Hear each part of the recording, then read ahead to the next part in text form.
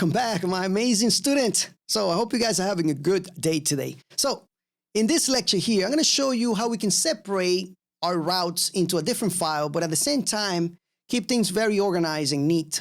Now, also, we're going to make sure that our application is scalable. All right. So when we are creating big projects, we need to keep things as separated as possible. All right. So let me show you how I do it in some of my projects. So in the source folder, what I'd like to do is I like to create a routes folder. And in here, we are going to be creating a file. And this is where we're going to keep our routes. So we can have routes for authentication. We can have routes for the whole application. We can have routes for different parts of our systems. And we can put them here as separate files. My application is not going to be that big, but let's just start with app routes here. All right. So I'm just going to create a file and it's just going to be app routes. As simple as that. All right. And then what I'm going to do is I'm going to go into, let me go into the app.js, and I want to move some of this stuff, some of these imports into that file. But before I do that, let me come back here and let me just create a component here. Default, let me just let me see if I can just, I think Visual Studio Code does have an export with all the code, but I forgot the extension, EDF, I think it is. Yeah, that's one, but is export functional component. Let me see. Yeah, this one here. I'm going to call this app routes. All right. Let's come back here. All right. And what I'm going to do, I'm going to go back into the app.js and I'm going to take everything from the routes into that. All right. Right here. And I'm just going to return it like this. And then I'm going to save it. All right. So Prettier URL extension is going to fix that for me. All right. So I'm going to go back in here and I'm going to import the app routes in here. So app routes. All right. From the routes folder. And let's just bring that here like that. All right. And that should work the same way. As a matter of fact, I'm missing a couple things here, actually. If I go back in here, there's a lot of imports that I'm missing. Let me make sure that I have all those imports. All right.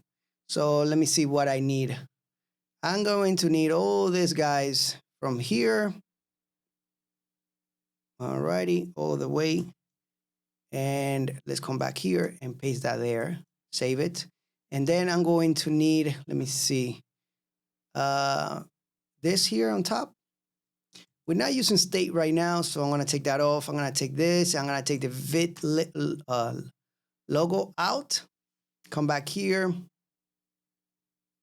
And let me paste that in there. There we go.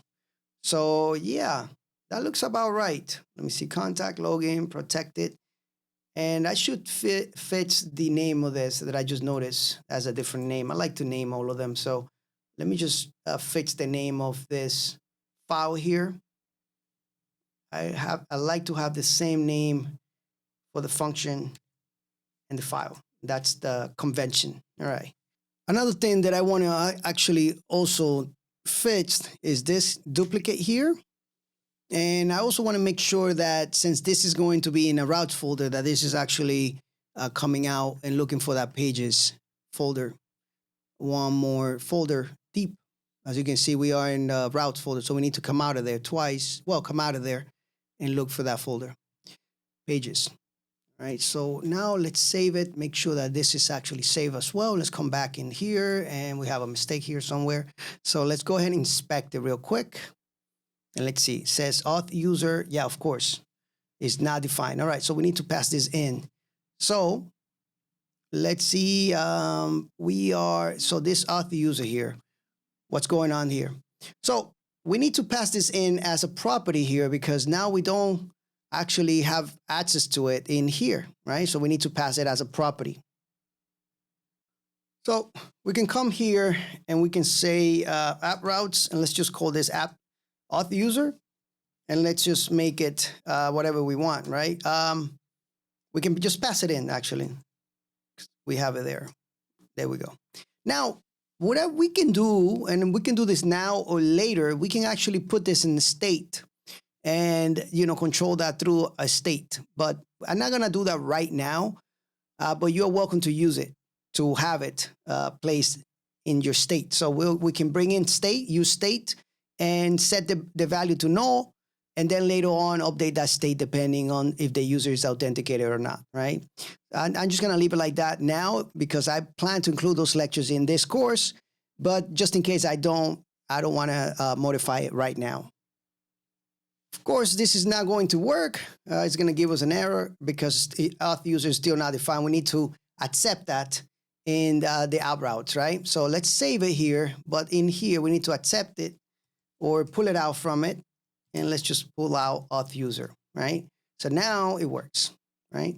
So let's go here and you can see that if I refresh, there is nothing going on that, is preventing this app from working. So there you have it, guys.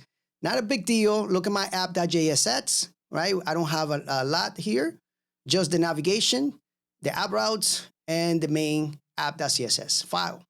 And then in the app routes here, I have everything I need for my routes to actually work. I have the home, the about, the contact, the login, the protected route, all the routes, all the components that are going to be using routes. Simple as that. And remember, we are passing this auth user, right, from the main app. Usually is an authenticated user in our application. All right. Right now it's set manually to null, but later on in the future, we might use state to update this property, right? This variable. All right, guys. So there you have it. Our routes are separated in a different file, completely working separately. Well, in a different file. Now we can actually add more routes to our application. Thank you so much for watching this, guys. And let's jump into the next lecture so we can learn some more stuff about React Router. I'll see you guys then.